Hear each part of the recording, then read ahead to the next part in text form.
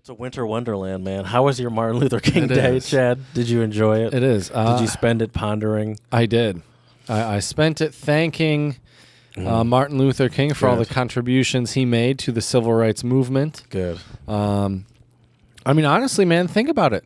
Honestly, if this would have been 70 years from now, maybe we couldn't be sitting here together That's doing this true. podcast. Yeah, Honestly, this would be considered brave, and we're just two buddies doing a podcast is the way I look at it, at the end of the day. that's But true. Thanks, MLK, Yeah. and obviously a bunch of others. I just, I've actually been thinking about something recently. I brought this up before. Nothing related to MLK Day. I just thought it was funny to bring that up because it's still Sunday. Yep. We're not there yet.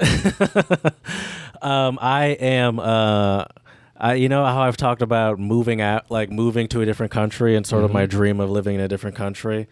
I found so I was looking on Instagram, Twitter, and I just saw Bali trending, and I was like, "Oh, Chad's been to Bali." Let me I do click on love this. Bali. And so there's this thread, about someone moving to Bali, and I wanted to get your opinion on this. Okay. Because they're essentially talking about. Oh no! What, did they delete the tweet? No, they didn't delete it. Oh, that's a bummer. What? But it's like they're private now. Oh, that is a bummer. Because I open it up and it goes, the account owner limits who can view their tweets. Uh-oh. But it was trending the other day, and I saved the link to the tweets. Gotta screen cap that bad boy. Yeah, but she went on and on. There was so much. I would have. Too many threads. It was many threads, There were okay. literally like 10 of them. I was like, I'm not going to screen cap all of this and just Can have a you give me collection the of gist? pictures. Sure. Do a Jimmy Neutron brain blast for us. And so Bali was trending on Twitter, which Yeah. Bali is. I would definitely, when it gets safe to travel again, I would recommend Bali to anybody out there. It is one of the most beautiful places I have ever been. She was essentially saying that it's possible for us to live as black people specifically. This was a black woman, essentially saying it's possible for us as black people to live a better life than we have here in the U.S. and we're not trapped. And the idea of moving away is a lot easier than you might think, or like moving somewhere else. But the way she explained it made no sense to me because I needed you to see some of these visuals because she said she spent $400 on like a tree home or something like that. But this thing looked gorgeous. Oh, nice. Like I was like, what? Like those floors look like it was like $400 per square foot. But I was like, I mean, if you say so. And then you can find some great deals in Bali in terms of places to stay. $400 For how long? A month? How long was she staying? I think she lives there. Probably oh no, 400 no. I think she started there for 6 months. Okay. And like she had some sort of assignment or something, but then she just decided not to go back. Is what it was. Okay. And then So also she she said, stayed in Bali. yeah. Yeah. And her partner too. She's in a relationship, and she also. I think what also makes it work is I think she's an artist. Okay. And so you got to have I think Bali's this a is great place for some inspiration if you're an artist. But I think this is not. It doesn't feel realistic if you need to like.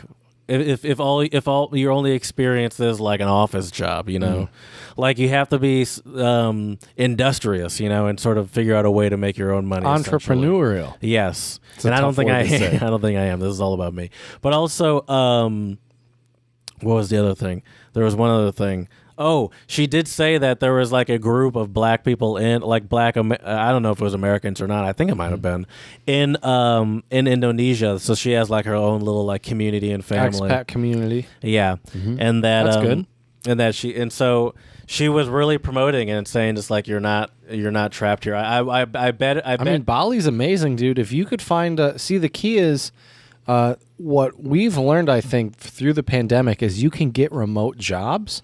You could easily find a remote job doing something, and that would be far over your overhead living in Bali. But the key is you have to find a way to be able to stay there legally with a visa. See, that's the thing, because it would be kind of complex because you can't just. Well, you have to do visa runs. You can stay there, I think, for. But because you can't just have like is it? I imagine in just about every country, it's not possible to just have like a work from like a job that you got hired into that was originally always work from home. and then you just go live anywhere. Like, you can't do that, I imagine. Right. I'm not sure. I don't think you can. I think there's some tax implications to working for like an American company and just going to live in some other country and making money in that country. But if you're going to live in that country, somehow you have to still pay taxes in that country. But your company doesn't pay taxes in that country. So how do they can't just take it out of your paycheck. Right. And so I think it is probably more complex than just living in a different country. Well, it depends on the place that hires you, I guess. Yeah. Or, as we talked about with passport power, depends on the job. Right. Because if you're really making that cheddar, you could just invest it somewhere and just move over You there. could just invest. You know, you bada save bing, up, bada boom. Save up $200,000 and invest half of it in something, and then or build buy a house. Some real estate. Yeah. Exactly. Or build or buy a house. Mm-hmm.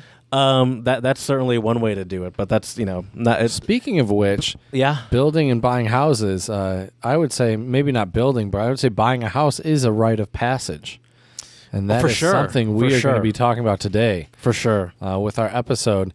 We didn't do a formal introduction. No, but we can now. All right, because my story got ruined anyway. So let's move on. Oh, that's that's fair. All right, well let's do a little introduction then. So.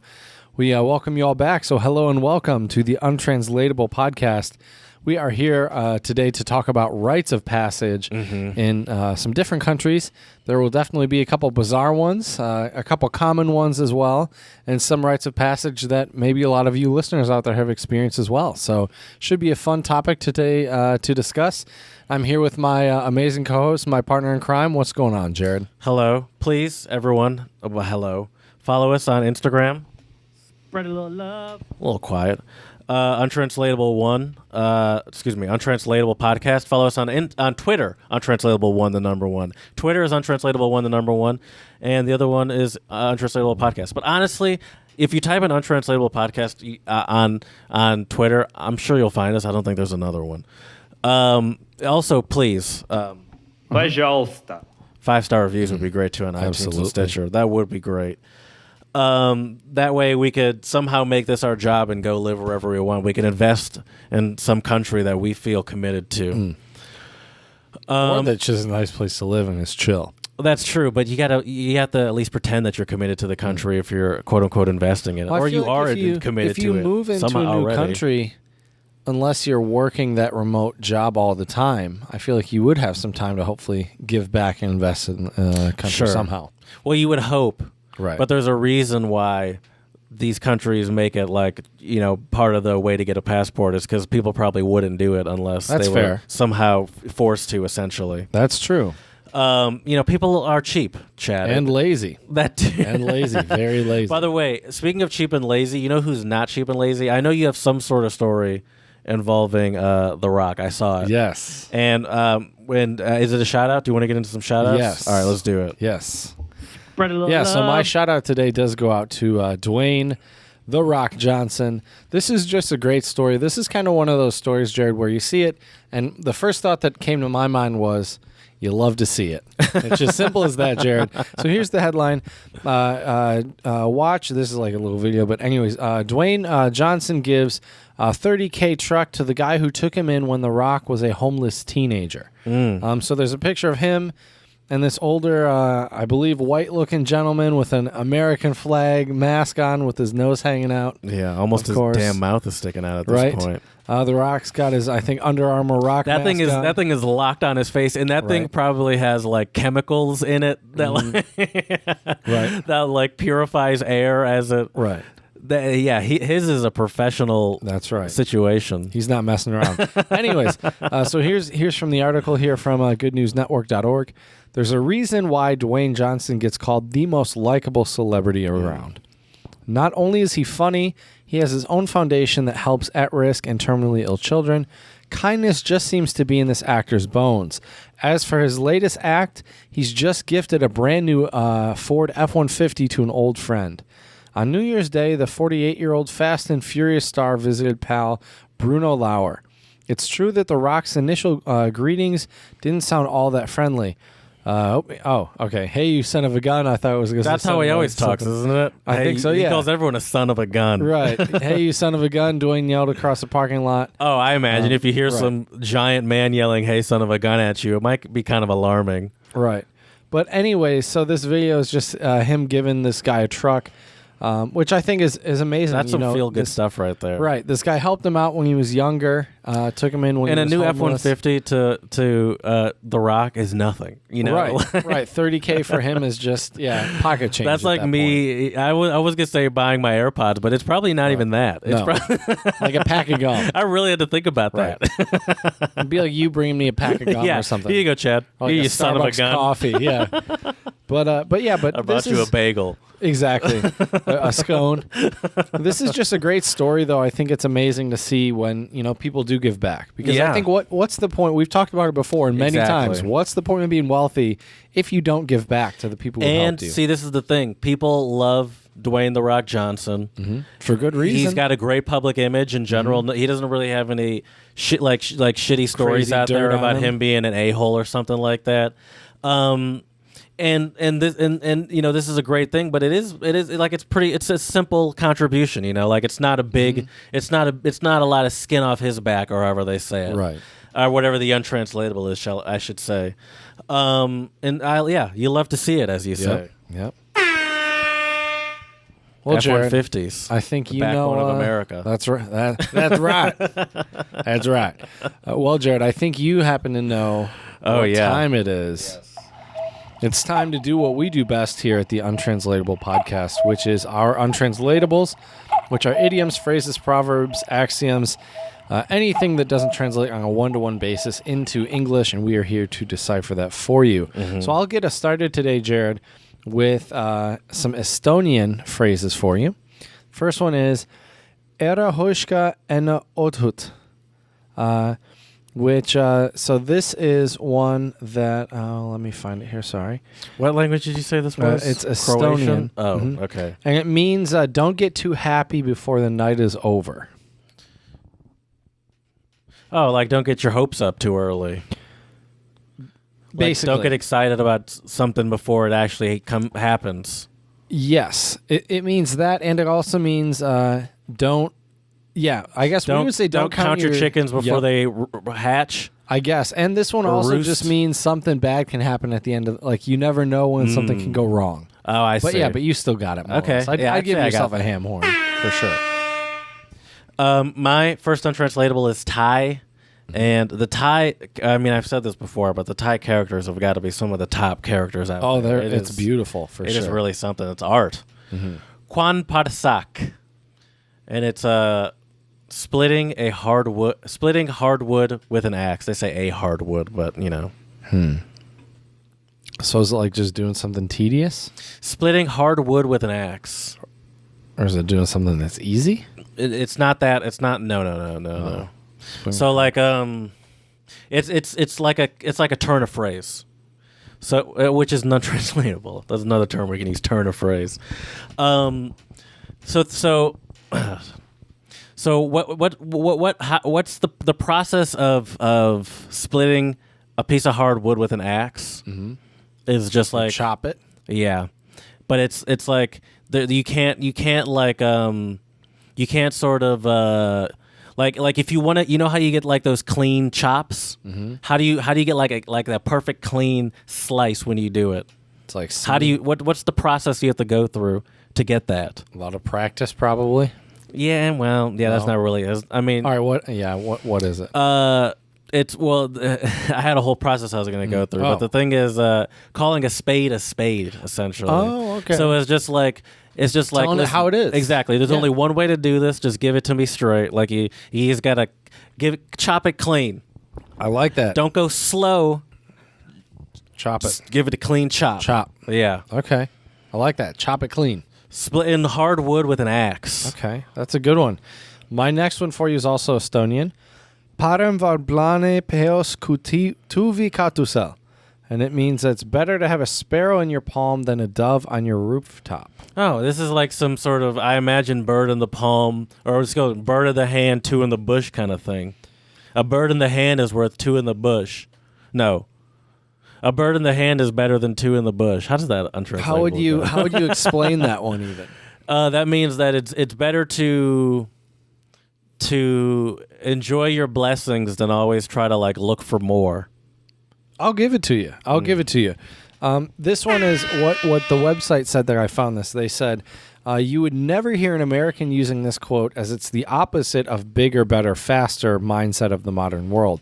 The point of this quote is to have less, but to have it for real. What language is this? Estonian. Have less, but to have it for real. Yeah. I like that phrase. So, like enjoy the, like that sounds like some we've been Tony talking Robbins about, kind of. right. Well, we've been talking about cars, right? And for me, it would be more about, having a car I can really enjoy that's, obviously in my price range versus going way, way cheaper.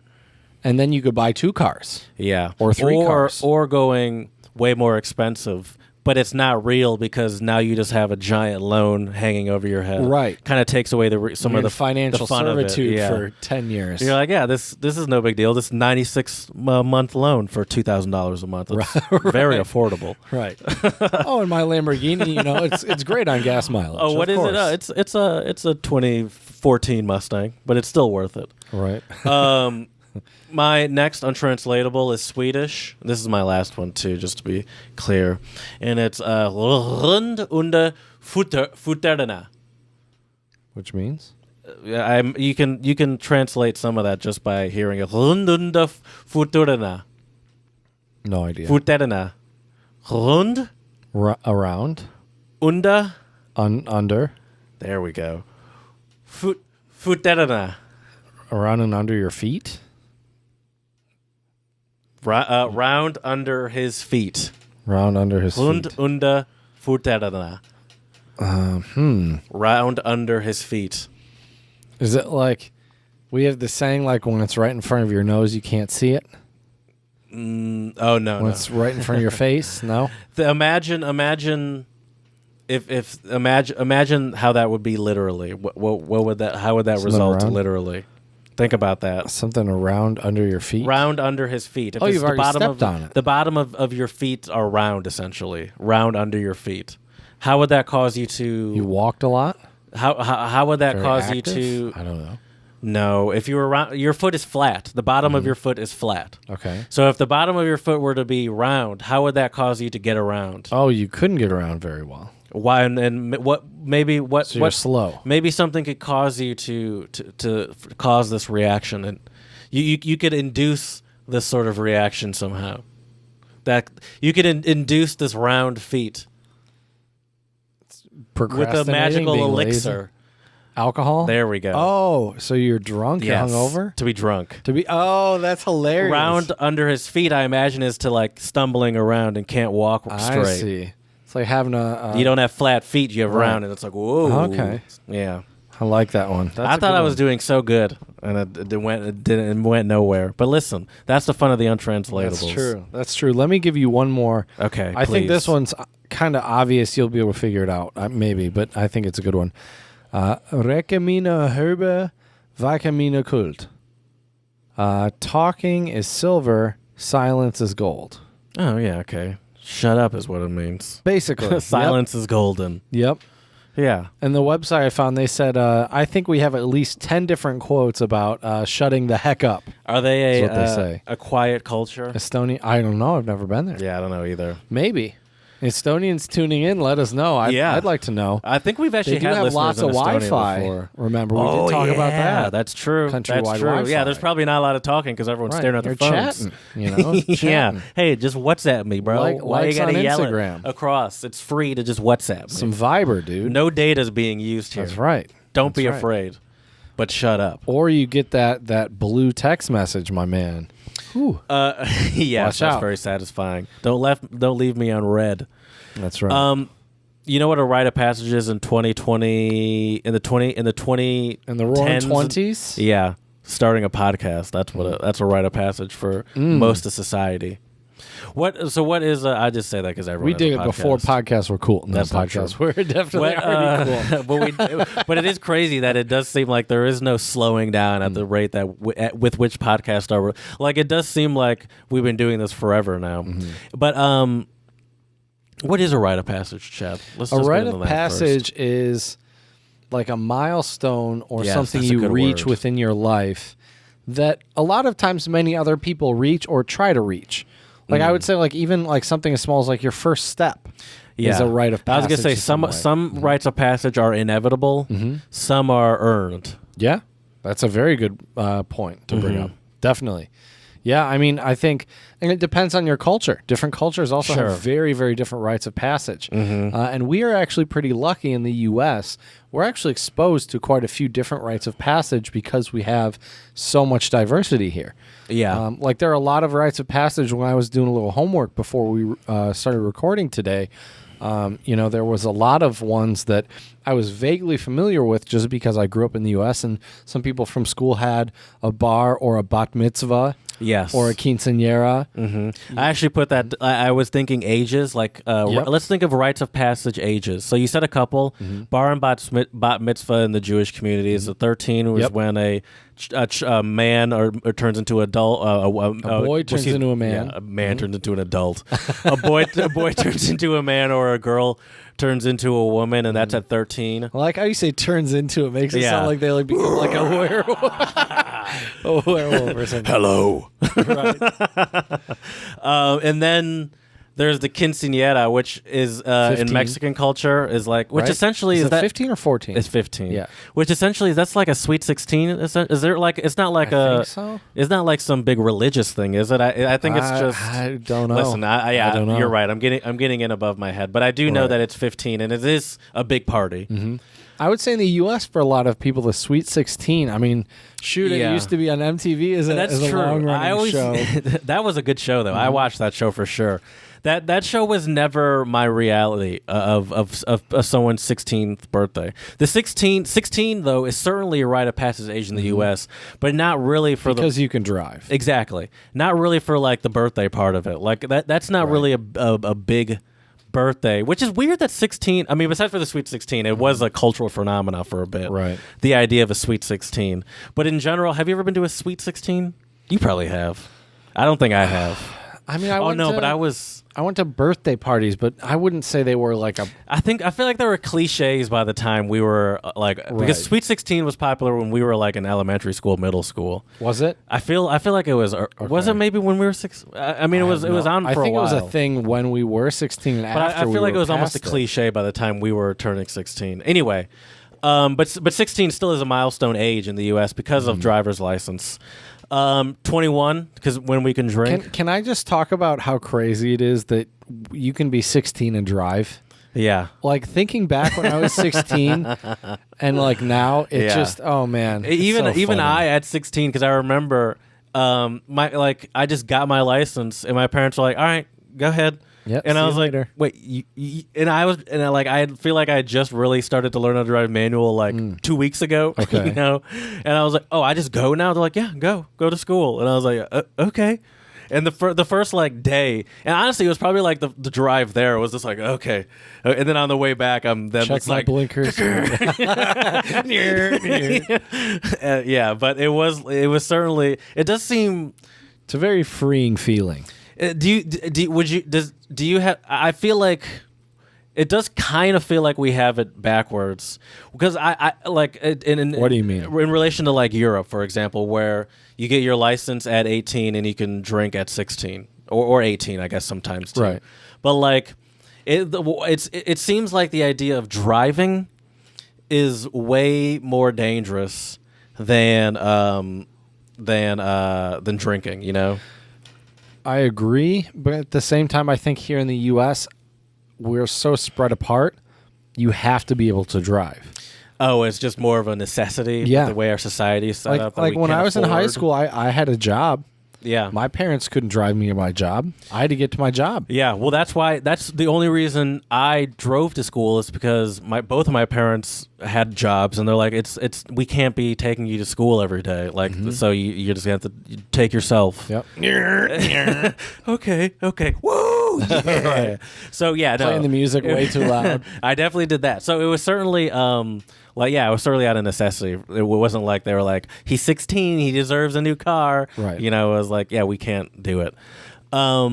So 16, 21. It's so weird that 21. I would say 18 for a lot of places is a big rite of passage.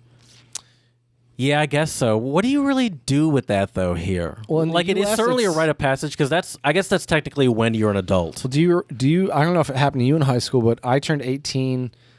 Before a lot of my classmates. No, I was after. I was early. I started young college one. Right. at 17 and turned like a Okay. month into college. I Gotcha. turned 18. Okay. Well, so for me, I was 18 my senior year of high school. Mm-hmm. And so I had a lot of people asking me to buy them dip and cigarettes and all sorts of other shit. I just never did it because I was like, this is a waste of time. I'm not going to buy this crap for you. But it's really interesting that like when you turn 18, you can vote.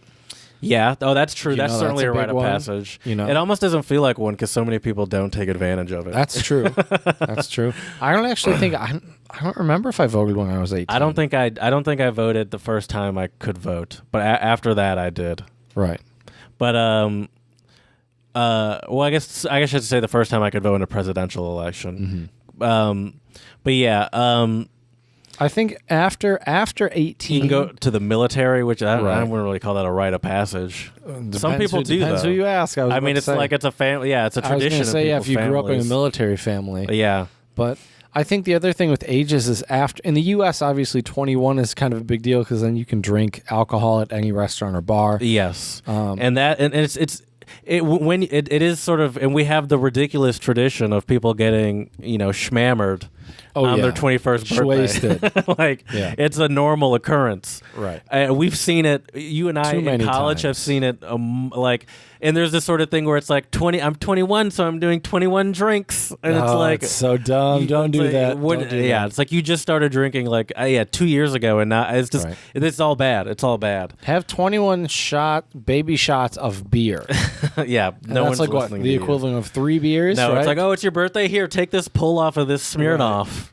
oh, here have some 151. Here have some Burnett's. Ugh. Yeah. Oh, Burnett's was the worst. I don't even think I would say seen Burnett's since, but maybe I just Hopefully avert my not. gaze, Right. Because I'm sure I've seen it at liquor stores. It's just not even on my radar, Right. thankfully. Right. So yeah, 21 is a ridiculous I think milestone. most cultures and countries, an age where you can start to openly drink alcohol. Would you say is a big 13 is passage. one because that's when you're a teenager? I think kind of. But I think things but that's just the number though. You can't really do anything with that. I don't know, man. I think things do change once you do become a teenager. Well, as soon as you from 12 to 13. Yeah. I mean, maybe not immediately. I mean, it's not like you turn 13 and then like a flip switches, Sure. but I do think like becoming 13, 14, and a Sure, teenager. that time in general, Right. It's like just the idea of puberty. I guess is kind of a rite of passage. Right. It's different for everyone, but it's confusing and Well, think awkward for all about of music us. for teenagers. How important music starts to become in your life. Yeah. Like I feel like I love you think music before. that's the but first time.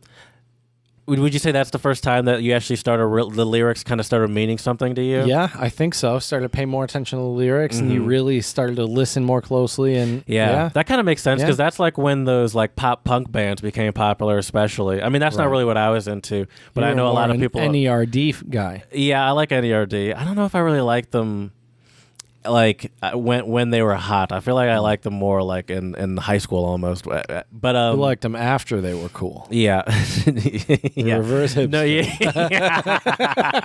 I liked them after everyone already told me to listen to them. I said no. Then later I said, all right, fine, I'll check this out. I'm like, oh yeah, I like this. You guys actually had a point. Right. Oh man, that's great. That's great. Yeah, so I was certainly late to that game, but yeah. So I've gotta music ask is though, definitely big Jared. at that time. That's a good one. This was your idea actually, and this is a fantastic idea. What made you think of this, of rites of passage? I'm just thinking about I feel like we're at a very important age at that quarter life we've talked about a quarter life crisis A little in here. bit, yep. Maybe not specifically that topic, but something adjacent to that. And I just feel like I'm getting to that point where I'm like, what are some like moves I have to make to almost like secure my I have to start. Besides for a 401k, which I have just because I have a job, like what are some more proactive things I can do to like secure my future? Invest all your Bitcoin in Untranslatable Podcasts. I can no longer just like get excited at the idea of like collecting money in a savings account, like some child with a like piggy bank, you know? Right. Like I don't know. It just made me think, and you know what actually made me think of it is the term adulting. I think that adulting is sort of that is sort of that adult puberty. You know, Would you call that is that a millennial term? Adulting? Yeah, probably. Yeah. That's probably It's probably within the past like 10 years, maybe a little less than that. Okay. 8 years maybe. And I think it's sort of that's like a similar transition where you're sort of getting off the teat of your parents and sort of figuring out how to, or like, setting yourself up as like a fully, even though you live by yourself, even though you pay a car note or whatever, fully sort of establishing yourself as an adult and being like, all right, I can't, how do I actively do this? And I think that just, I did some adulting stuff, dude. I left my last job, and for the life of me, I could not find my 401k information, and for like a solid year, I was just like, I mean, it's somewhere around. Like, who cares? It's like it doesn't disappear. Like it's so, like. Please don't tell me it disappeared. And so no, it didn't disappear. And so, but I kind of just never got around to looking into it. And my partner at some point, was like, have you looked into that? And I was like, ah. And then I almost did a couple of weeks ago, and then I got caught up on the phone. I had to change the address because it still had my Philadelphia address, and I couldn't. And then I'm like, now I got to call, and I got stuck on the phone. So it was a headache. But I just found like a bunch of 401k money that I sort of just like, stashed away. Didn't even think about it, and I did like something more proactive with it. I put it in like a traditional IRA or whatever. Nice. And I was just like, and I think just doing some random adult stuff that I've been doing lately that I tend to sort of put off has just got me thinking about other sort of times, like first of adulting and then sort of this idea of rites of passage. I would say another rite of passage that you experienced earlier on, but kind of related, is like the first time you open up a bank account or a checking account. Yeah. Like I remember when I was a kid, I think I was maybe 11 or 12, and getting your first like set of checks. Yeah, I don't even remember what mine were. And obviously, I didn't really use it for much of anything back then because it wasn't like I had much money in an account that young. But. I had my first bank account was when I moved to Germany, so I was 11, I guess. I must have been 11 or 12. And it was a Deutsche Bank, and and so I had a debit card, and it was partially. I think that the thing that spurred it on is that I was taking the public transportation now, and I was kind of independent. So they're like, all right, you should at least have some sort of in case you need exactly it. in case some emergency.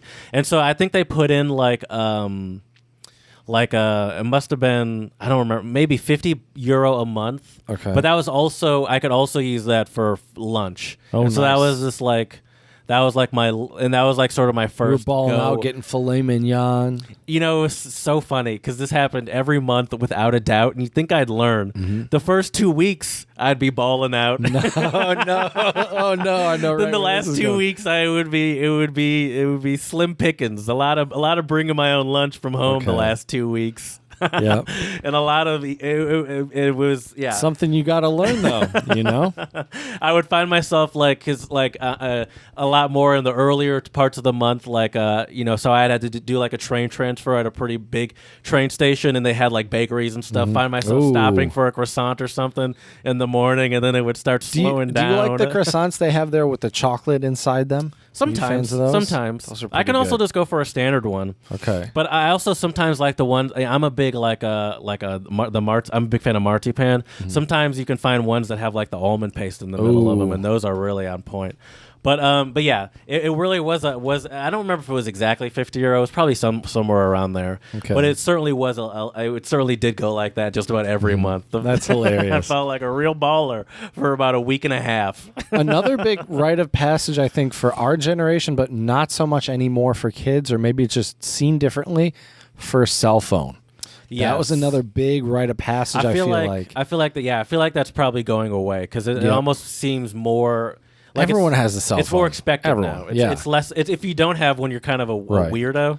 Well, in our guess. generation, it was a flip phone with a crappy camera that the image looks so damn pixelated. You know, but it's nothing like nowadays. But because we were like in sort of the first era of kids getting cell phones, because obviously we weren't in the first era of cell phones, but we were certainly I would say in the first era of like someone in like middle school or high school getting a cell phone, and like the slow trickle in of people starting to get phones, and like there were certain, like my first phone was just a brick. And the next step up was like the flip phone, and then there was the camera. Like my first phone did not have a camera. Okay, but at that point, people did have camera phones. I mean, they sucked, you know. They were terrible, but they did have camera phones. And then another, I'd say, part of that was like the game that what kind of games your phone came with was a big one too. Like I had a friend which now is hilarious because that's become a meme, with like little kids always asking, "Do you have games on your phone?" Yeah, that's true.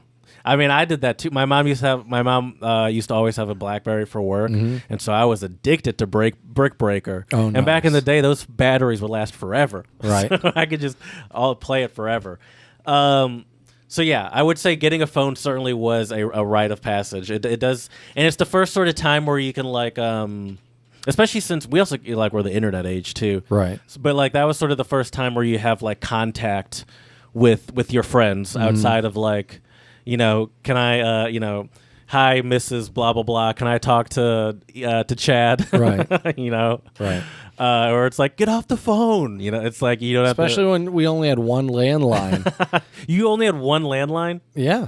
Oh, no. We always had more than one. Yeah, we just had one landline here. So you just one corded phone? Well, no, I mean, we had other phones, but it was all attached to one line. I see. I think by one landline, I literally thought you meant one phone. So you just had to like sit in the living room, and you had maybe one of those like twisty cords That'd that was awkward, like right. 40 feet long. You know those ones where you can like walk? You're like sitting up here in the bonus with the phone.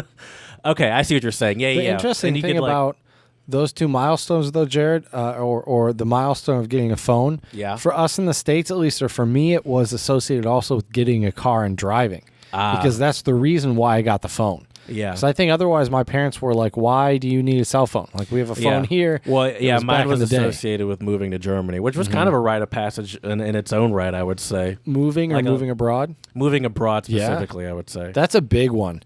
I think really, that... Like, it really like matures you fast, I think. Yeah.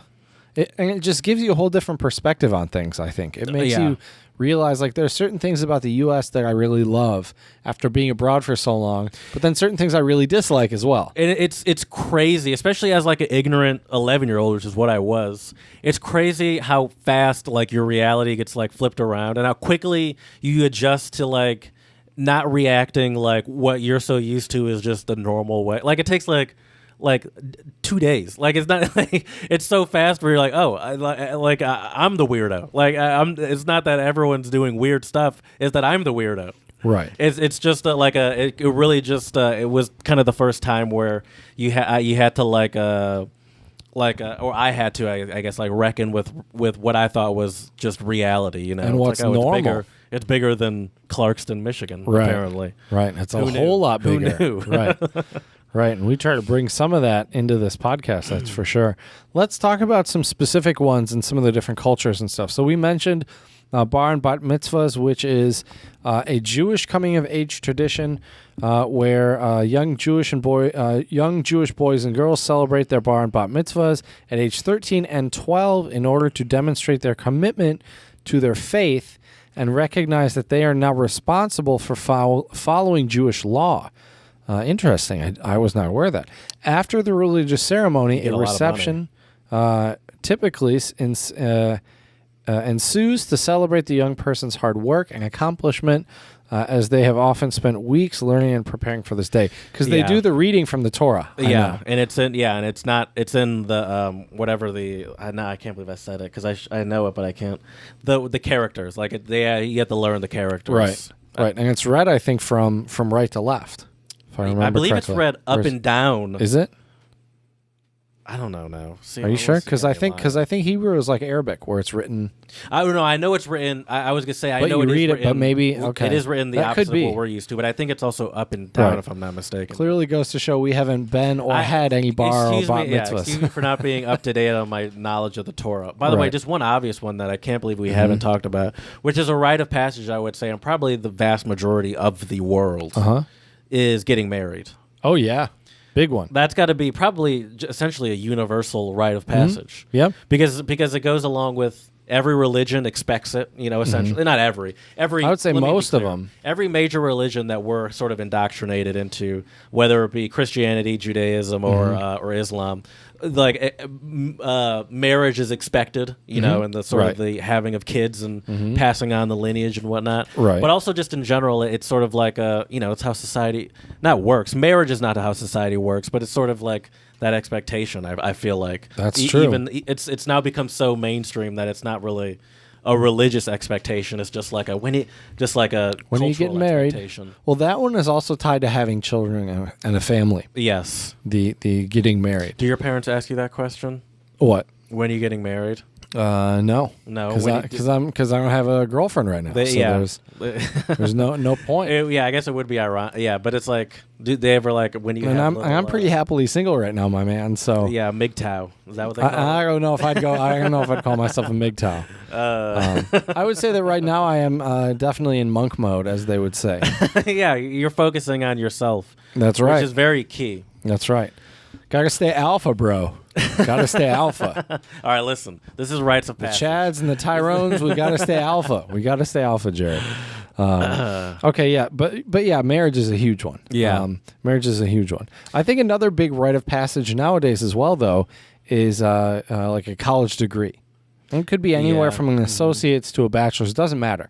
I think just that is another milestone. It's not accepted expected in society per se, but I think a lot of parents and families do. But I feel that. like even parents that that expect it of their kids, it's still like a very exciting moment when the graduation happens and sort of the process of the graduation. Like we all know, like at least my parents and I imagine your parents were, the idea of going to our graduation was very important. Like the idea of skipping it seemed ridiculous. Well, I walked for my TESOL and my German degree more or less for my parents. I could have cared less. In German. It was my master's. Oh, okay. And it's not that I didn't care about the. Yeah, it was just it was just like, why am I going to sit during the for me it was like, why am I going to sit in this 2 to 3 hour ceremony? Right. I've done it before. One way or another. Exactly. But a lot of times you're right. That's another big thing. Yeah. But for sure. Let's talk about some other cultural ones though. This one's an interesting one, Jared. And I don't know how well you or I would fare with this one here. In the Brazilian Amazon, young boys belonging to the indigenous Sater Maue tribe mark their coming of age when they turn 13 in a bullet ant initiation. The tradition goes as so. They search the jungle for bullet ants, which are sedated by a leader who submerges them in an herbal solution. The ants are then weaved into gloves with the stingers pointed inwards.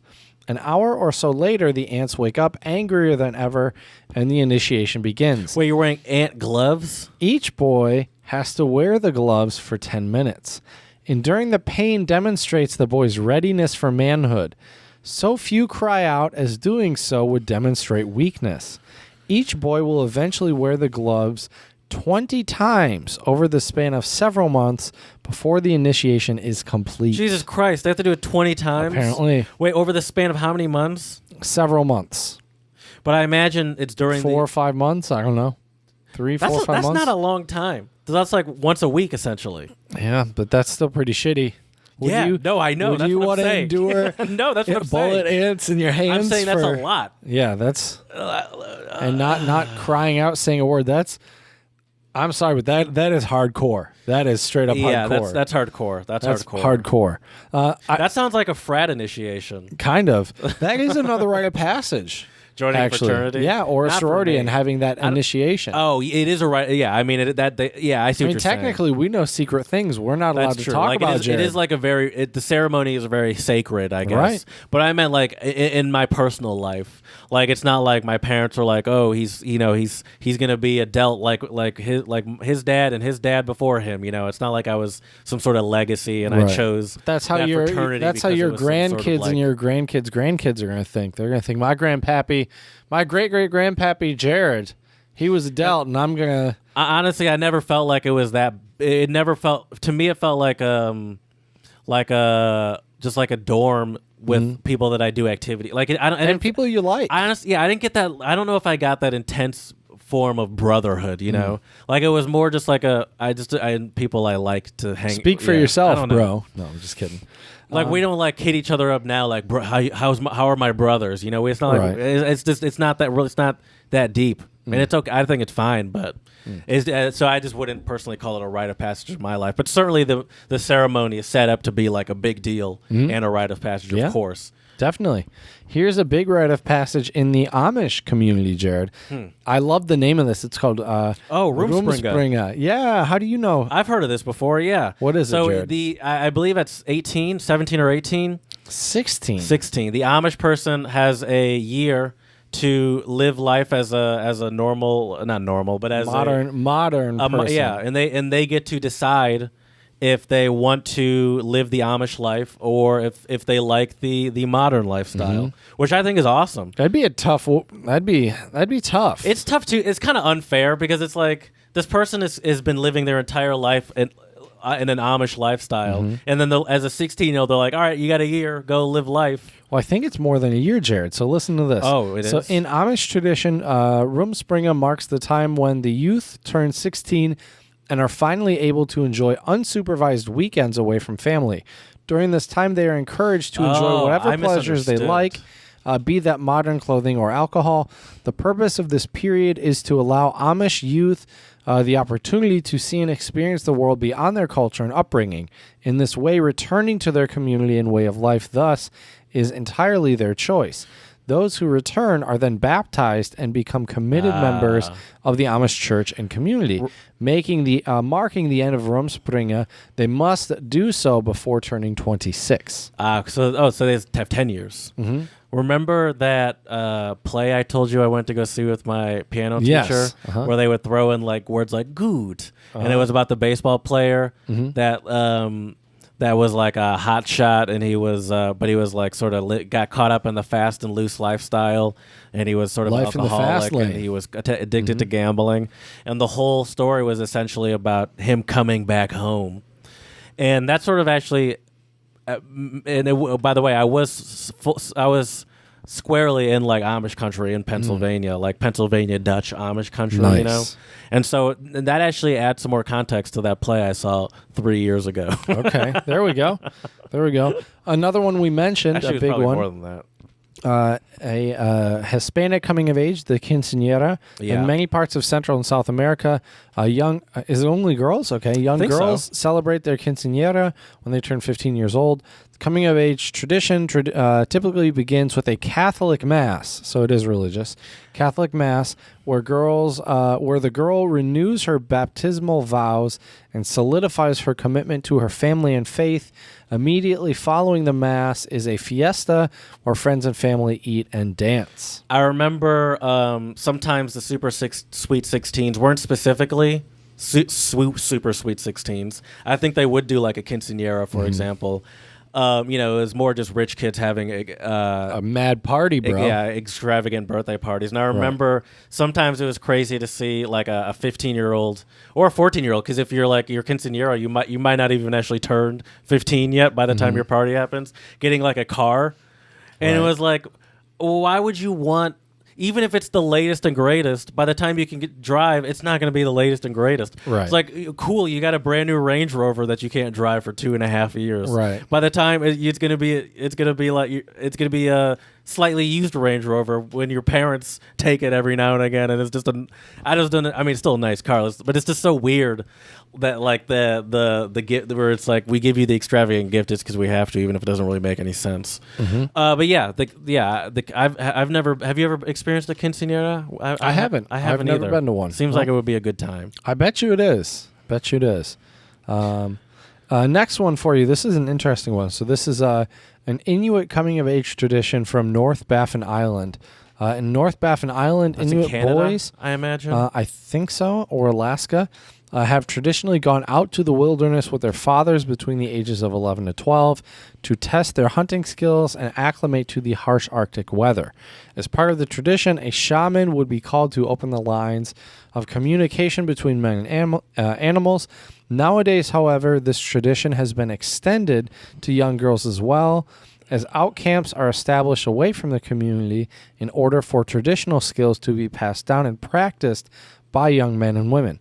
So I think that's great. A lot of that seems like it's more related to what you have to become in order to be a man or a woman. The skills you need, which is good. Yeah, they're essentially teaching you to like all right, this is when we start really teaching you how to survive on your own. We are not fully unfamiliar. I mean, we are personally, but like here in the Midwest, that's kind of I would say that kind of is a rite of passage for a lot of people. I mean, in the U.S. in general, but we're from the Midwest. That's why I say that. Like the hunting culture is very big here, and I certainly remember, like when I was a kid, people like high schoolers and stuff, and would go hunting. And I say that wasn't the first time they did it was probably like in middle school or something. Yep. And I would say that was certainly a rite of passage for a lot of people that I've known. Not me, but it was Absolutely. a big deal around these parts for sure. And Right. I know that partially the reason why a lot of companies give a day off in November is specifically because it's the first day of hunting in Michigan, at least.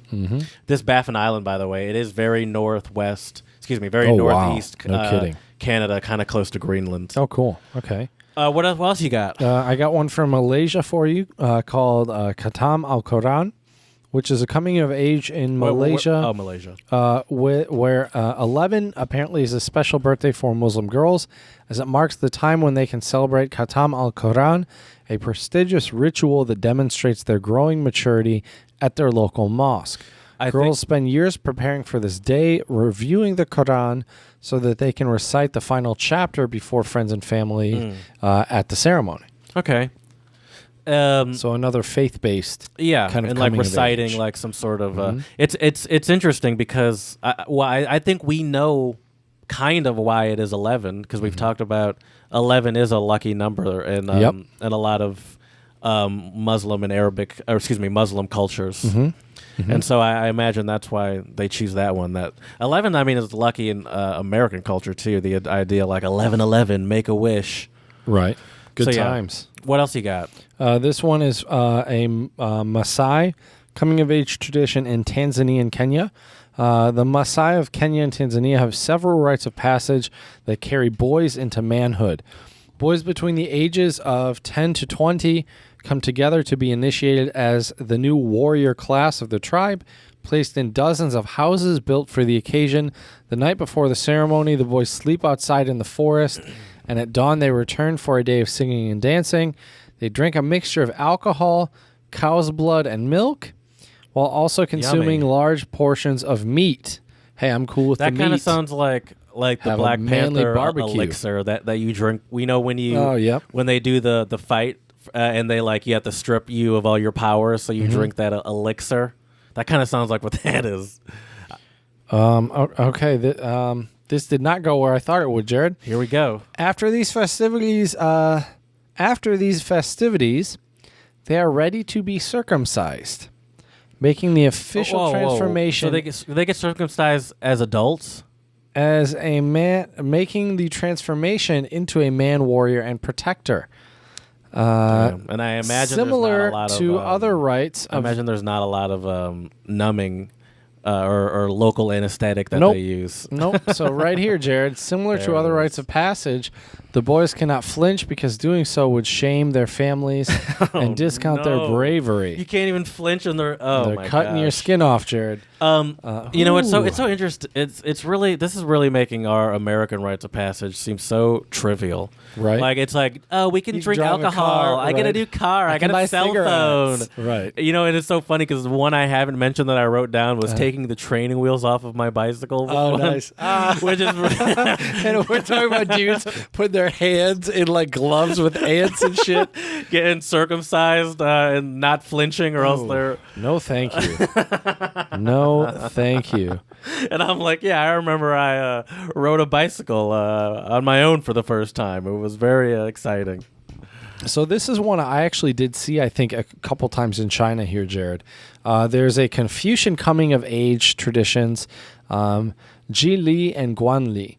And so in some parts of China, there's been a recent resurgence of Confucian-style coming-of-age ceremonies. Fun fact, Jared, where I used to live, that is one of those spots because I lived very close to where Confucius actually lived.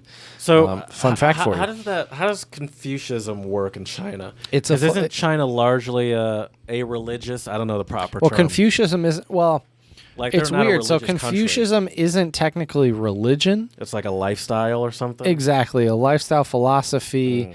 He was Confucius was actually a nobleman, actually. Right. I mean, the most I hear about Confucianism is just like he's got a lot of great tips and quotes and untranslatables. And analects are what they're called. And it's probably, now that I think about it, what a lot of people, probably including me, I'm not trying to say I'm above people, but back when we were kids, used to do the sort of offensive blah blah blah say, you know, where it was like, and you remember that?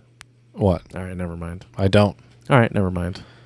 What were you showing me? Guan Li. So this is the okay. traditional dress that they wear. Oh, right. So they wear like traditional robes and stuff. Which unsurprisingly has red in it because that's a lucky color. It is. Brings a lot of good luck, good fortune. I'm learning things from this podcast. That's Chad. right. Well, that's the hope.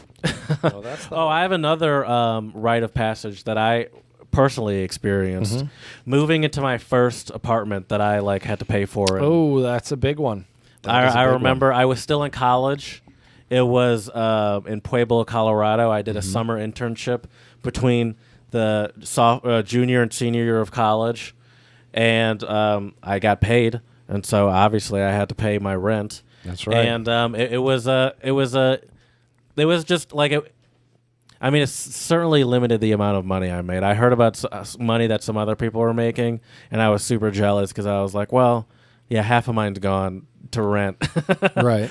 But you know, it was. I understand it. Obviously, It's a learning process. Yeah, and I'll say this: it was you know, it was kind of cool to live by myself, because I was like 20, and so that was like the first time I've fully been responsible for myself. The closest people I knew were my cousins, which I'm very close with them, but they were 2 hours away. So I was fully on my own. And that was certainly a rite of passage. You know, obviously my parents weren't texting me every month did you remember to pay your rent? You know, and that was. Right. Did you buy groceries? Yeah, exactly. Yeah. What did you have for dinner? Did you separate your lights and your darks when you did laundry? Did you wake up in time? Are you going to work on time? Right. Right. Yeah, they were not, and they were just like, yeah, all right, go live. So Jared, let's play a little game. I want to change things up. Okay. I want to give you a category, and I want you to just tell me what things you associate with it. So first, rites of passage. We've talked about coming of age. Are there any other coming of age type of things that happen as you get older? It's kind of like a rite of passage. Like a first girlfriend, maybe. Okay, sure. First relationship. Yeah, okay. not girlfriend. I guess that's very specific. Yeah, your first relationship. First breakup, certainly one. That's a big Experiencing one. the first Yep. breakup. Jared still hasn't yet. He's so kind. I've never been broken up with in my life. No, that's not true. I just made that up for some reason. What about in that same vein? So relationship, first breakup. Oh, like the birth or death of someone. Oh, that's a big one. Experiencing the first time you experience a death of someone close to you, maybe. Here's a big coming of age in the U.S. we forgot to mention, and I can't believe it. Prom. Oh yeah. In high school, prom is a big one. That's another one And in that other I countries, forgot they have because similar ones. Do they really? Yeah, I mean, you have like in the Czech Republic, remember? Oh, yeah, the that's true, that's Maturitni true. Ples. Those That's are a true. blast. I Shout out to think- all my Czech homies because those are a lot of fun. That's another one that I didn't think of because that wasn't like a huge thing to me. Like I Right. went, but more because I had a girlfriend in high school that like it would be ridiculous to be like, oh, you want to go to that, you know? Right. It's like so you just kind of got to suck it up. Here- But it's ridiculous because once again, it's just money. The amount of money you have to spend for a prom. It's ridiculous. By renting renting a tux, buying the corsage, Right. You have the dinner, maybe just- a fancy limo, yeah, maybe. you're potentially sharing a limo with a group of people. Or at least you're driving, I would imagine. So gasoline at the very least. Right.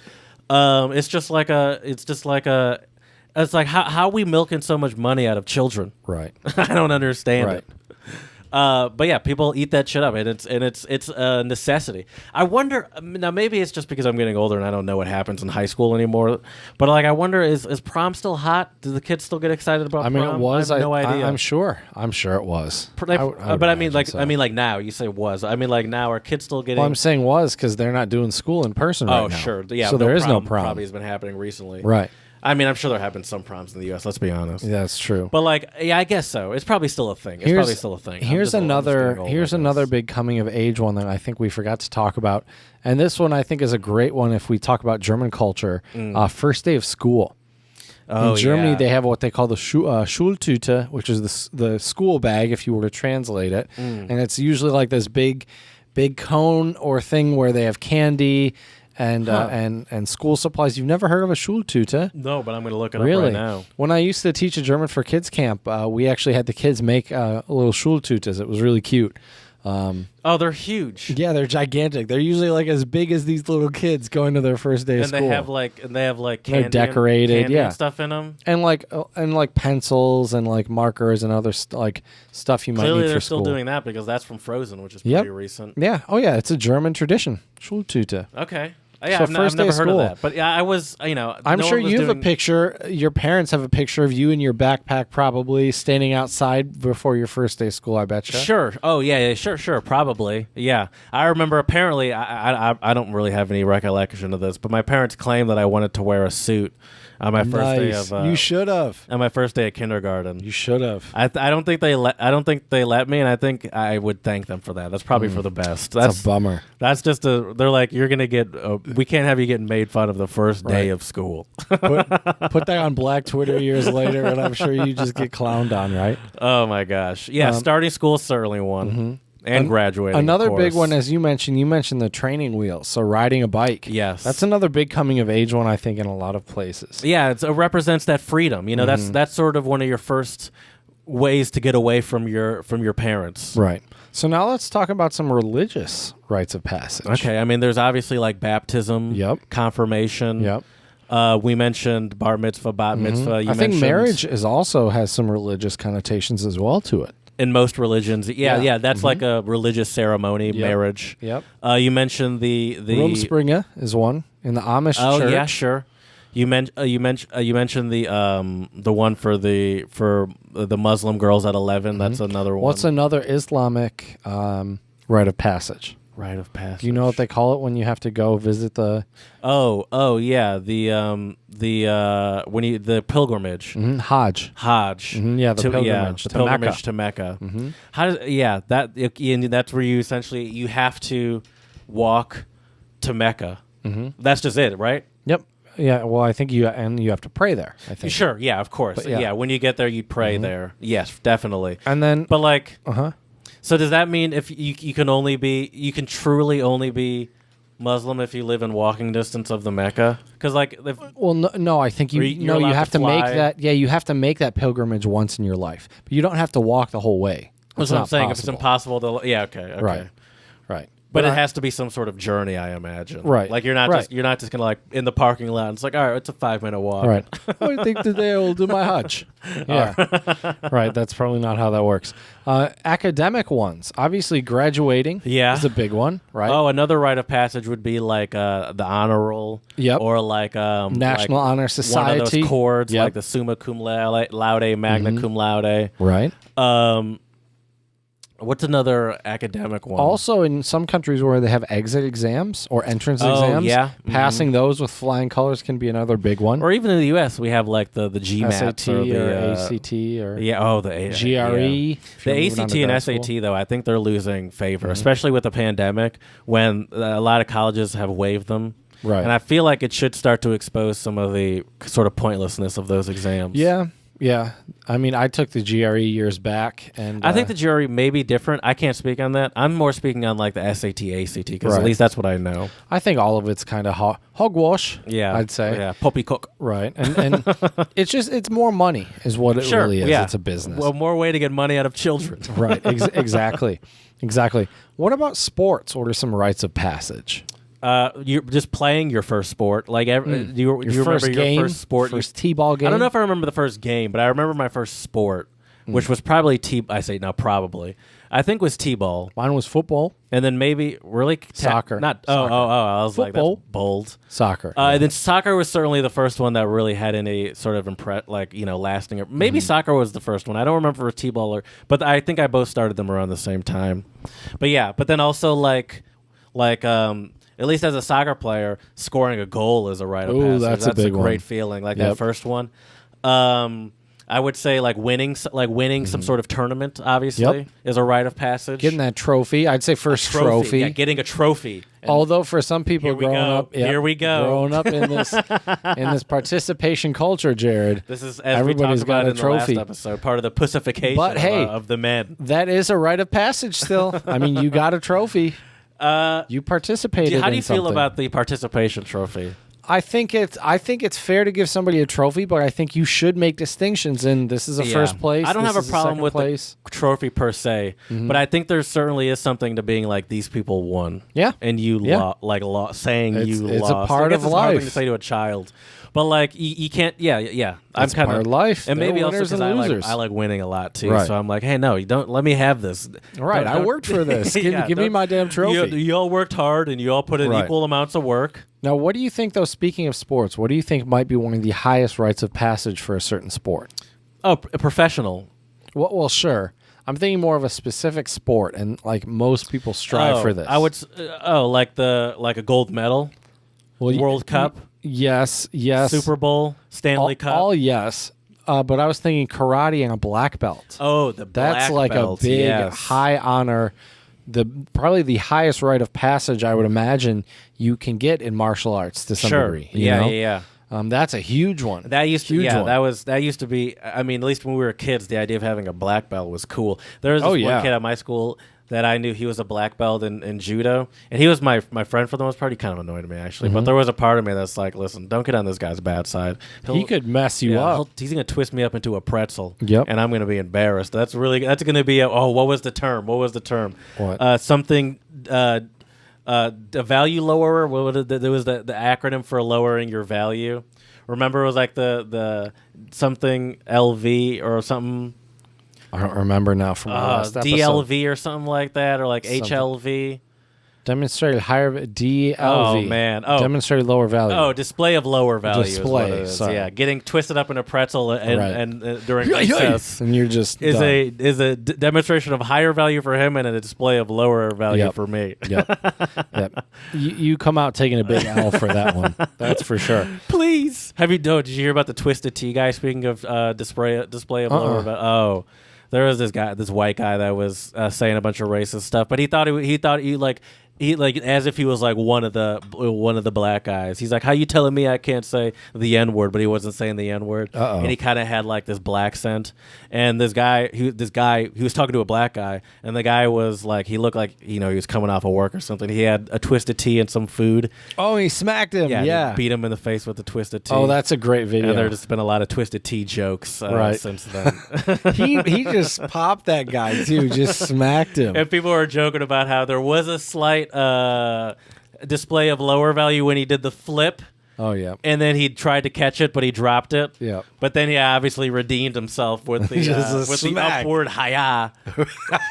But for a hot second, it's like, oh no. That's like, okay, no. He was a quick redemption. Well, it was funny how the white guy tried to kick it. Like he dropped it, the white guy tried to kick it, and he grabbed it, and then he just smacked him. And then and my favorite part was the white dude being like, okay, we good, okay.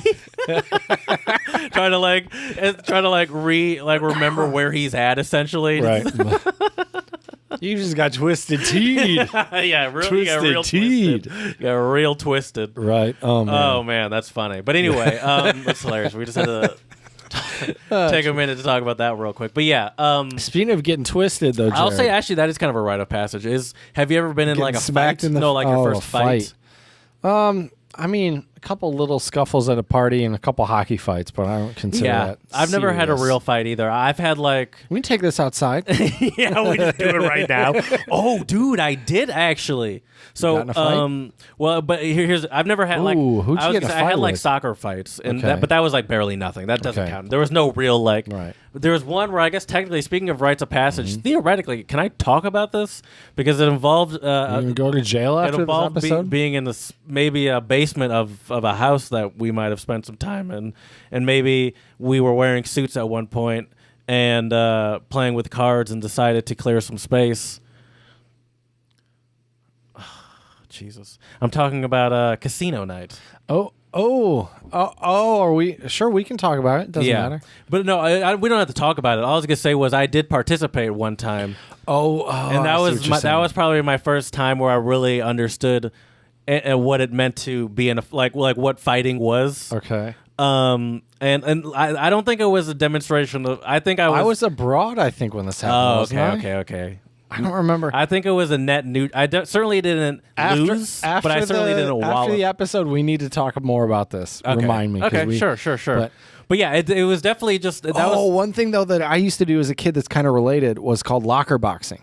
Do you know what that is? No, but it sounds painful. So locker boxing is usually hockey kids do it, and I played hockey when I was younger. Hockey kids are aggressive. They are very. I mean, hockey is an aggressive sport. That's true. With your hockey helmet, you have a cage on, right? And you have a helmet. So what locker boxing is in the locker room before, after practice, or after a game. Slam your head against the wall. Yes. No. You put on your helmet and you put on your hockey gloves. They're padded, and you just fight. And you wail each other, but you can only hit each other in the head. It's I love how only hit each other in the head like that's the safe alternative. Because that's where your helmet is. And believe it or not, with your gloves, unless you really smack them, you don't really feel it. It's sure. But this is before we had the information we have now about CTE, is what I'm saying. Right. Where it's like, I don't think that really, I think there's still an effect. Probably. There's a reason why I'm a little slower, Jared. It's all those locker boxing matches we had. But yeah, but that's still not like, Did you ever feel like you were really like I mean, I'm sure it got intense actually. It got pretty damn intense. Because that was, I did it with a couple teammates I didn't like. Because the thing that I did was like the first time when I was really like, it was like I'm not gonna say survival. No one was at risk of dying by any means. But like I saw a couple intense ones. Well, no, I mean in mine personally. Gotcha. But like it was like it was like, you know, giving it as much as I could, I would say, and it was like, oh, this is exhausting, and I have no form. This is good to know where I stand, and that's nowhere. Just kind of throwing a punch randomly. But yeah, that I'd say getting into that was certainly a rite of passage. It was something I really had no interest in doing, and I'm not really that kind of person that like goes for that sort of frat childishness. Right. But a little part of me is like, this is probably the safest environment that I'll ever get to experience something like this. And could sort just of join a boxing gym. And that's true. There are a lot of ways where I could actually do it and learn how to get good at it, and do it right. Sure, but at that time where I was like, this is like the first, like one of my, like I need to know where I stand, and this is no one really wants to kill anyone here. We're both friends. Right. I was with a friend. Speak for yourself. So I was never really. It was no locker boxing situation. I wasn't like, let me really try to get this guy. But I was like, all right, now I really know where I stand. Yeah, Sports rites of passage are though in general, they're less lasting to me. I feel like once I'm out of high school, all that high school accolade stuff doesn't really mean anything. You know. Speak for yourself. I revel in my Do you? high school highlight days, bro. Looking at all my medals. Still No, I'm wear just wear kidding. your Oh yeah, wear letter my jacket? varsity Yeah. jacket everywhere. That is a rite of passage, though, dude. Getting The your varsity varsity jacket? letter, getting your varsity Yeah, jacket. see, that one didn't do anything for me either. I certainly could have gotten one. Not to brag, I was varsity track and soccer. Watch I was out. terrible at track, by the way. It was very easy to be varsity track, but I never had any interest. Never in got the in jacket? Yeah, I'm like, this jacket does gonna not look rock good it? on me. Maybe it's because I was too small, and I was like, this is. I'm looking at me wearing my dad's suit or something. Right. If I wear this, that one never did it for me. But of course, that is a major American, specifically, obviously, rite of passage. I'm not downplaying that. This just wasn't for me.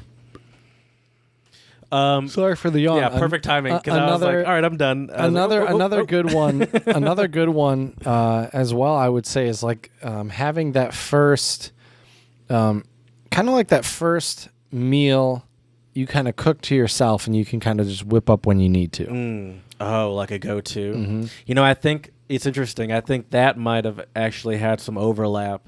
Well, no, I could make pasta always, or not always, but I came out of the womb making pasta.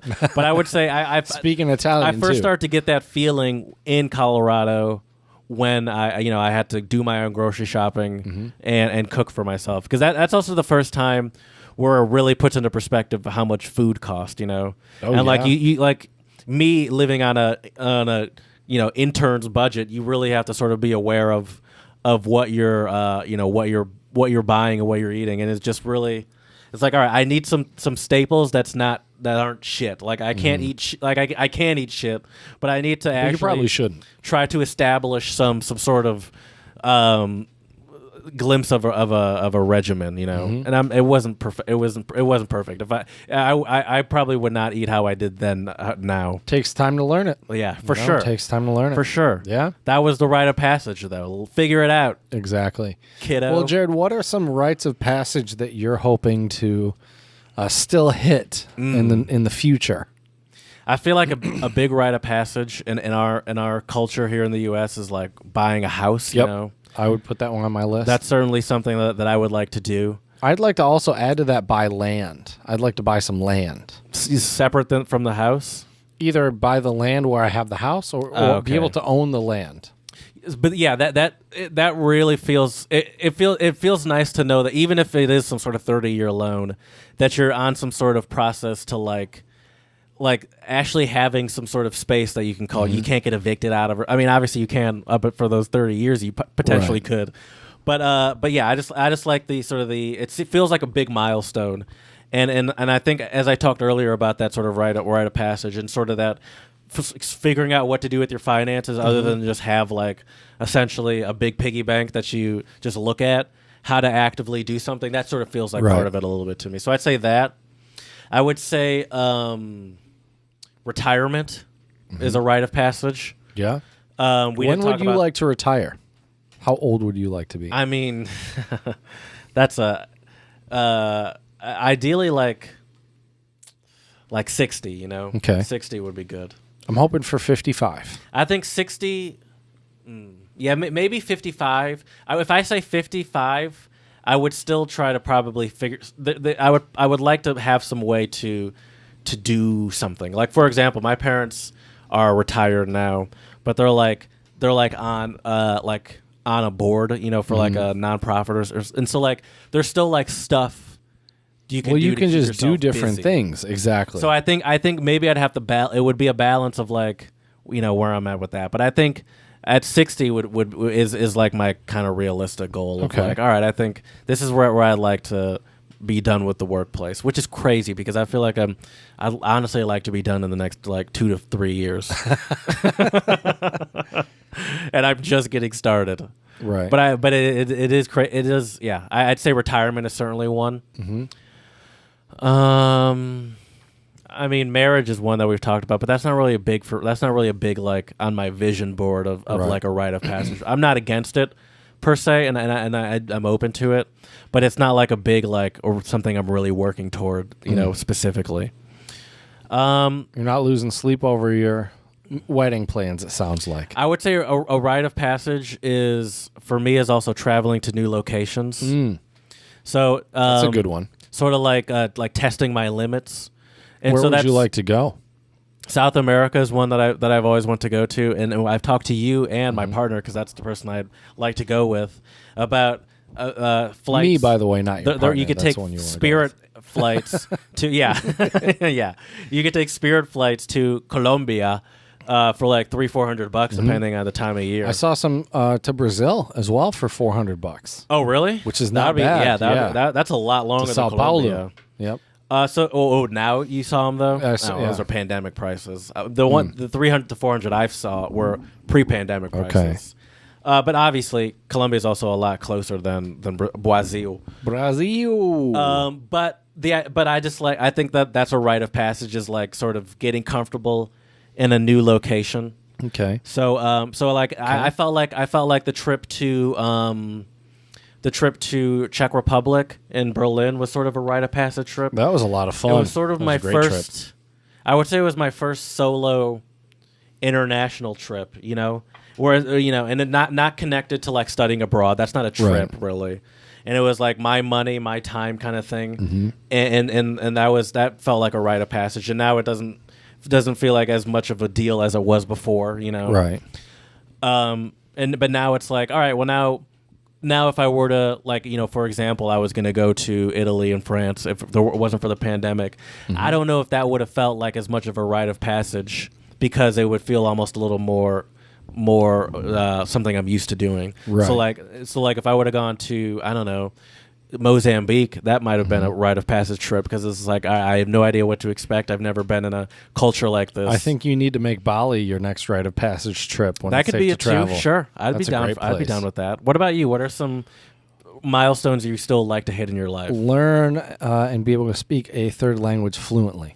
That is, we dabble a lot with our languages, and I feel like I can understand bits and pieces of many languages, but I would love to have 3 where I could confidently say, like, honestly, I would probably say it would be English, German, and probably Spanish. That was a game changer, rites of passage wise. Certainly, that's something. Learning a foreign language, something I obviously never planned. It was just because I had no choice. Right. But like having the ability to, and I don't really have it anymore. I mean, I'm sure I could get it back if I was there for a bit, but it would take a couple months or so. But like to have it like I had it when we were studying abroad, or like at the end of my time in Germany, like that was something that I would like to get back to with German, like and have it and get it that good to where I don't lose it after like a year, right. Like not a year or two, like spend like more than that, but where I don't lose it essentially. Well, good thing I gave you a book for Christmas. That's with true. All sorts of that's bad true. German I certainly words. haven't forgotten any of the swear words, right? And I've actually learned some new ones. No, that's not true, because you're going to ask me,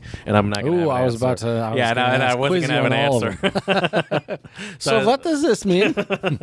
So okay, learn another language. Yeah. I have opened up my 401k, and I'm opening up an IRA hopefully this coming week. I think that was less of a big deal in my life, just because that's sort of like the standard procedure when you enter like corporate life, right? So like you're just kind of like dug into you. Like if they offer it, just do it. Mm-hmm. But you obviously, your academic life world is different. Yeah, sure, it's different. Sure. Especially shorter term contracts. They don't you offer 401ks or anything. Do it on your own. Exactly. Another thing that another milestone that I would like to reach is on my current car. I think I still haven't hit 100,000 miles on it. Yes. So that's another big one. I haven't either. So that's another big my one. car currently is, I think, close to 80. Okay. Mine's 90. My dad, he recently got a new car like a year ago, but his car was at like approaching 200, and it had lived its life. It was time, especially since he could afford a car. It was really time to move on. It was like he couldn't open the sunroof, like he couldn't close one of the cup holders, or else you'd have to like use some sort of like sharp object to get it back. It was turning into a hoopty. Okay. But like it was hard for him to get rid of it, and it was hard for me to like try to talk him into a new car, because I'm like, let's see how far this thing can go. Right. Sure. I was like, you're at 180. We might as well see if you can make it to 200 at this point. Right. You're right around the corner. So there's definitely a lot of that going on. But yeah, certainly that hitting those mileage milestones are always fun. I remember I hit the 66661 one, the 1, 2, 3, 4, 5. There's all the little ones that people like to mark. Yeah. Okay, what else? Do you have anything else? These are good ones. I mean, other ones are just like financial stuff. Really, Sure, it's yeah, kind of boring. What else? I'm not sure. I mean, I'm hoping. I'd like to hit physical milestones. I like to be like I need to be in like proper shape again. Well, I have told you with weightlifting, I do want to be able to. If I remember correctly, I want to be able to squat 3 plates, which would be 315. See, when you quantify it, that's perfect for a rite of passage. You know exactly when you cross that threshold. I want to be able to bench, ideally 2 plates, which would be 225. Okay. Which Where are you at now? Around I think I can get 1 rep for maybe 180, 185. Okay. You like to do a rep of 225? Well, I mean, I'd like to be strong enough to do more than 1 rep, but I mean, essentially, this is maximum strength. Sure. By rep, I meant like, okay. By single rep, I meant like reps. Yeah, I meant 1 single rep. I gotcha. Obviously, after you can do the single rep, you can worry about doing multiples. Sure. But yeah, so that was a big one.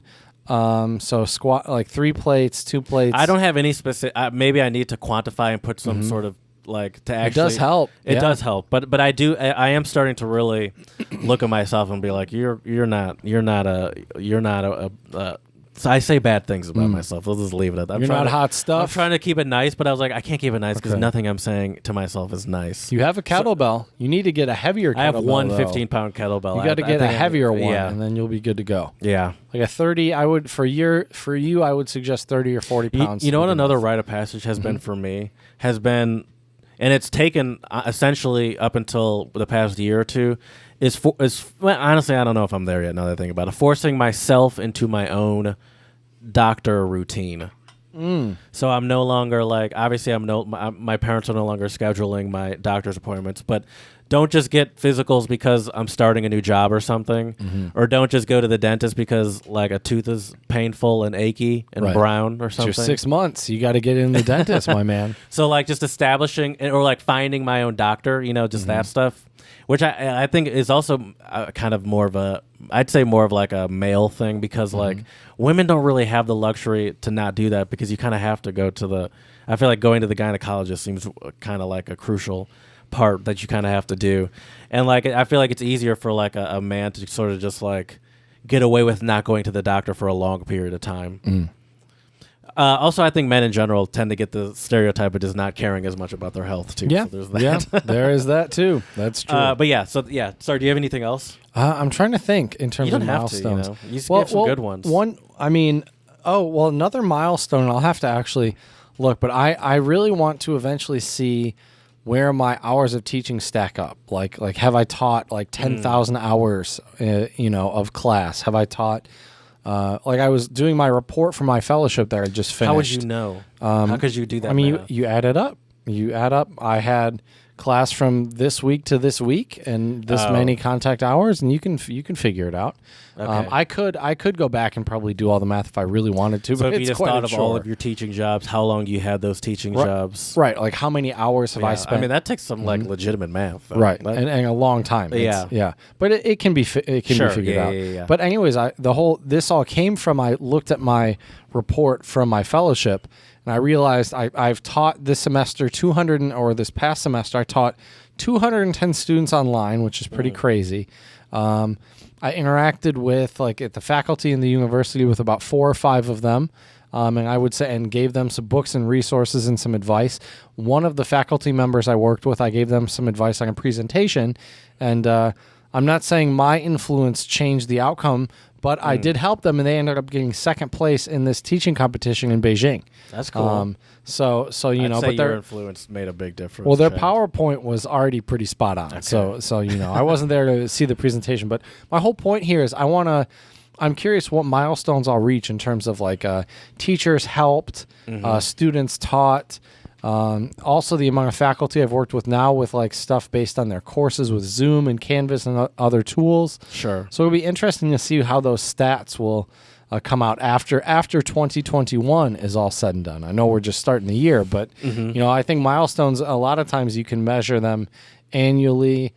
Sure, yeah. Yeah, see where you stand. If you have a 5-year goal, make sure you're on target. You know what? One goal of mine actually came from and this might be kind of a cool milestone, actually. This comes from Questlove, the drummer from The Roots. And I watched a video online where he talks about his typical day. And it's really interesting. I would recommend you watching that video, Jared. It's a really good video. But he talks about every day. He tries to listen to 100 new songs every day. Jeez, which to me blows my mind.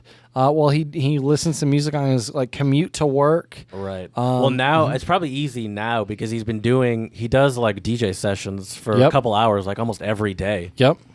So, yeah, I mean, he really is though like an academic of music, because I read one of his books about, I don't remember what it was called, but yeah, like do you have it at your place? No, I borrowed it from my sister, I think. And then I also do tune into some of his DJ sessions, and it's like a class on music, and he's a real academic about it. So yeah, I mean that's so what's the rite of passage? So I guess the rite of passage would be, knowing a certain number of songs or artists. I'd say the rite of passage to me would, based off of that, would be like establishing like the routine, and that it starts with a D. The word I'm looking for, dedication and motivation. I'd say is to really hone your craft. Right.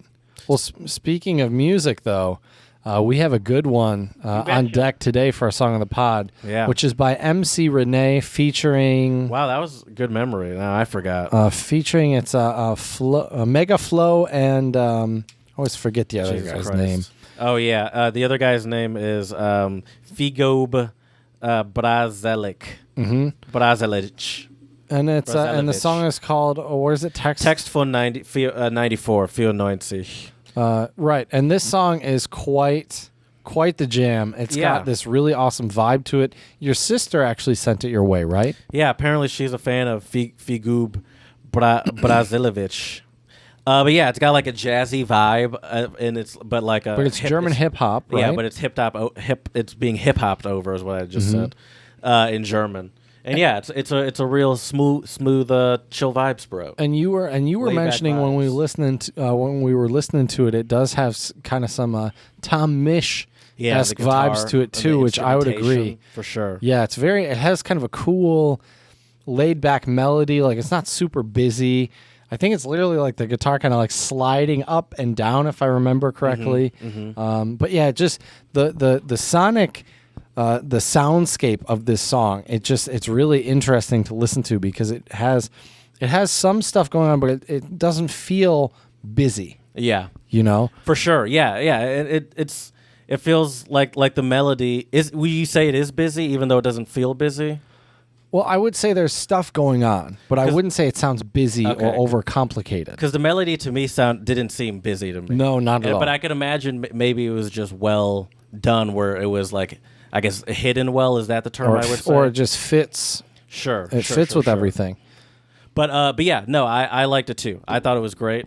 And I wish there was like more from it. I don't know how she found this song. She said it was just recommended to her by her, but like I looked it up and there was like no information on it at all. And I was like, all right, so this is just And this song is one of those cool gems that we occasionally find, or thanks, shout out to your sister for finding it. Yes. With that isn't like a super mega popular song, right? Which is always fun to bring. Ones. Yeah, for sure. For sure. Yeah. So check that out on our Song of the Pod playlist on YouTube. I'll have to look it up and find it because I don't actually have the YouTube. Right now. But check it out on the Song of the Pod playlist. The song is called Text von 94, Text from 94, by MC Renee, featuring Mega Flow. Mega. Thank you. And sorry to do this to you, Jared. Figub Brazilevich. So check it out. Yes. So anyways, to recap today's episode, Jared, I think the rites of passage, they tend to, there are certain patterns with them, right? You have some that are religious-based. You have some that are age-based. A lot of like firsts, I feel like, are a lot of different rites of passage, right? Sure. That's a big one as well. Yeah. Occasionally you got some sports ones. Like I think a black belt is such an amazing rite of passage. I'd call that like the accomplishment-based ones. Right. Where it's some sort of activity or or task that you've accomplished. Exactly. Exactly. So I think with that being said, Jared, let us know what rites of passage you want to accomplish at untranslatablepodcast@gmail.com. You can slide into those DMs on Twitter, untranslatable1, the number 1, or you can check us out on Instagram, Untranslatable Podcast. And please, 5-star reviews on iTunes and Stitcher, and let us know how we can make this podcast better for you. So as we say here at the Untranslatable Podcast, dziękujemy, muchas gracias, shisha, and do svidania. Don't be crashing too many quinceaneras, Jared. Yeah, no, I don't think I'm going to be doing that anytime soon. That seems like a great way to end up in on a certain list. A list you do not want to be on, that's for sure. Oh, my gosh. I'm Chris Hansen. Take a seat. Yeah, that's not good. Oh, that's not good. Yeah, this was a good idea. Rites of Passage. Yeah, that